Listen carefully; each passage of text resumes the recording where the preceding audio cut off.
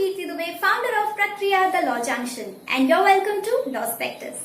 With today's video, we are going to start the Legally Woke series, in which we'll discuss the monthly current affairs. Let's begin.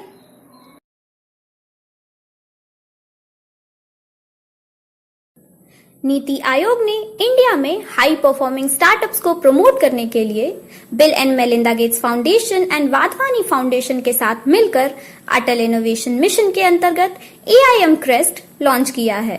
इस mission के अंदर incubator capabilities enhancement programme को और भी ज्यादा robust बनाया जाएगा और ये अपने तरह का पहला large scale innovation advancement mission है इंडिया के अंदर। Small industries development bank of India ने ट्रांस यूनियन सिबिल के साथ मिलकर MSMEs के लिए एक comprehensive financial education platform named MSME सक्षम लॉन्च किया है। ये पोर्टल MSMEs को credit life cycle, structural business strength and timely closures manage करने में हेल्प करेगा। स्टार्टअप कल्चर को बढ़ावा देने के लिए गवर्नमेंट ऑफ इंडिया ने लॉन्च किया है next generation startup challenge with the name चुनौती।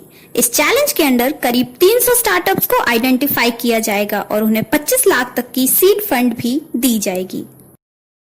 नीति आयोग ने nationally determined contributions transport initiative for Asia NDC-TIA launch किया है, जिसका मेन एम है ट्रांसपोर्ट को डीकार्बनाइज करना और ग्रीन गैस एमिशन रिडक्शन के मेजर्स को टेक्निकल सपोर्ट देना।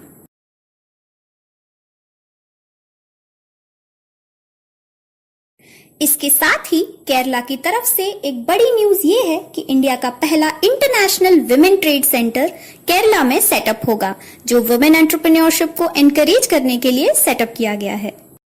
इसी सीरीज में गवर्नमेंट ऑफ इंडिया ने GIS enabled land bank system launch किया है, जो कि इंडियन इंडस्ट्रियल क्लस्टर्स का एक डेटाबेस प्रोवाइड करेगा और इन्वेस्टर्स को इंडस्ट्रियल लैंड अवेलेबिलिटी से रिलेटेड अपडेटेड इंफॉर्मेशन देगा। बिजनेसेस को हाईली डिजिटलाइज करने के पर्पस से इंडियन गवर्नमेंट ने उन बिजनेसेस के लिए ई-इनवॉइसिंग स्कीम लॉन्च की है जिनका टर्नओवर 500 करोड़ से ज्यादा है।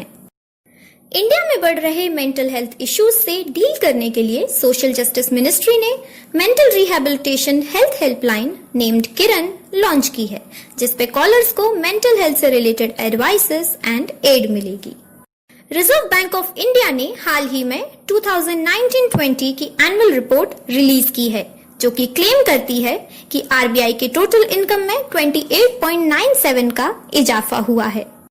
इसके साथ ही अब one nation one card scheme को जम्मू कश्मीर, मणिपुर, नागालैंड और उत्तराखंड में भी लागू किया जाएगा।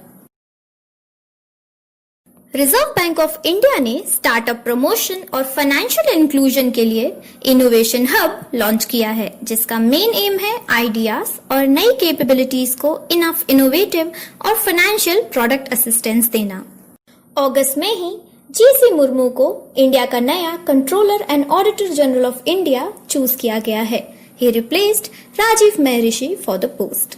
Well, another discouraging news in the consumer welfare arena. RBI के रिसेंटली रिलीज किए हुए कंज्यूमर कॉन्फिडेंस सर्वे में कंज्यूमर कॉन्फिडेंस रिकॉर्ड 63.7 से गिरकर 53.8 हो गया है। We really need to work on this. Indian government ने इंपोर्ट होने वाले 101 डिफेंस आइटम्स को बैन कर दिया है, ताकि उन्हीं का इंडिजीनियस प्रोडक्शन बढ़ा सके, which is a good news. PM Narendra Modi ने ऑनेस्ट टैक्स पेयर्स को अप्रिशिएट करने के लिए transparent taxation honouring the honest platform launch किया है। इस प्लेटफॉर्म के मेन फीचर्स हैं faceless assessment, faceless appeal and tax payer charter. इसके साथ ही उन्होंने नेशनल डिजिटल हेल्थ मिशन भी लॉन्च किया है, जिसके अंडर अब हर सिटीजन के पास यूनिक हेल्थ IDs और डिजिटाइज्ड हेल्थ रिकॉर्ड्स होंगे with identifiers for doctors and health facilities. Ministry of Agriculture and Farmers Welfare has recently announced that India ranks first in organic farming this year. आत्मनिर्भर भारत अभियान के under स्वदेशी micro processor challenge launch किया गया है to drive self dependence in hardware domain. Ministry of social justice and empowerment ने transgender persons protection of rights act 2019 के under national council for transgender person constitute किया है, जिसका main aim है transgender community की कंसर्न्स को main stream में लाना। Rajiv Kumar has been elected as the new election commissioner of India and he replaced Ashok Lavasa. अब से 40 लाख के ऊपर टर्नओवर वाले बिजनेसेस को जीएसटी से एग्जेम्प्ट किया जाएगा। Also, August came with a sad news for cricket lovers as MS Dhoni and Suresh Raina retired from international cricket. Let's move on to international current affairs. United Nations ने हाल ही में disabled peoples के लिए guidelines जारी की हैं, जिससे उन्हें सोशल जस्टिस और जस्टिस सिस्टम में इजी एक्सेस मिले। 17th Asian India economic ministers consultation इस बार ऑनलाइन हुए, जिसे रिप्रेजेंट किया union minister of commerce and industry Shri Piyush Goyal ने।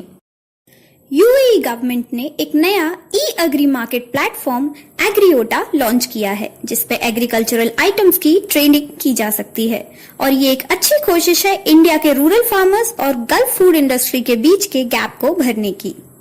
Talking about the international Booker prize, Dutch author Marieke Lucas Rijneveld इस prize को जीतने वाली सबसे कम उम्र की ऑथर बनी है। ये प्राइज उन्हें उनकी novel the discomfort of evening के लिए दिया गया है। चाइना का मार्केट डोमिनेंस रोकने के लिए इंडिया, जापान और ऑस्ट्रेलिया ने मिलकर लॉन्च किया है सप्लाई चेन रेजिलियंस इनिशिएटिव, जिससे कि वो इस तरह की एक्टिविटीज और मार्केट डंपिंग को काउंटर कर सकें। Let's move on to the legal current affairs.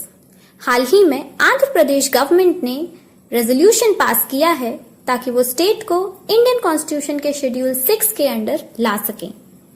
Supreme court ने ये कहा है कि अब से स्टेट्स रिजर्व कैटेगरीज जैसे एससीज, एसटीज, सोशली और एजुकेशनली बैकवर्ड क्लासेस को सब कैटेगरीज में डिवाइड कर सकते हैं, जिससे कि उन्हें बेहतर तरीके से प्रेफरेंशियल ट्रीटमेंट दिया जा सके। इसी के साथ उन्होंने 2004 में दिए गए judgement E V Chinnaiah versus state of Andhra Pradesh को ओवररूल भी किया। In another decision of the supreme court का मानना था कि चार धाम परियोजना ने forest and wildlife laws को वायलेट किया है और उसकी वजह से हिमालयन इकोलॉजी को भारी मात्रा में नुकसान पहुंचा है।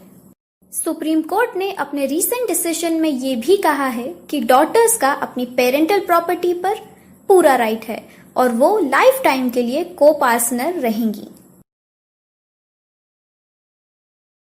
अपने एक और डिसीजन में सुप्रीम कोर्ट ने पीएम केयर्स फंड के कॉन्ट्रीब्यूशंस को नेशनल डिजास्टर रिस्पांस फंड में ट्रांसफर करने से मना कर दिया। साथ ही the insolvency and bankruptcy board of India ने आईबीबीआई रेगुलेशन 2017 को दूसरी बार अमेंड किया है। Hi guys, this was it for today's video. If you like our content, give it a thumbs up, and if you want to see more such videos, subscribe to Law Specters and hit the bell icon so that you get the notifications at the earliest. Thank you for watching.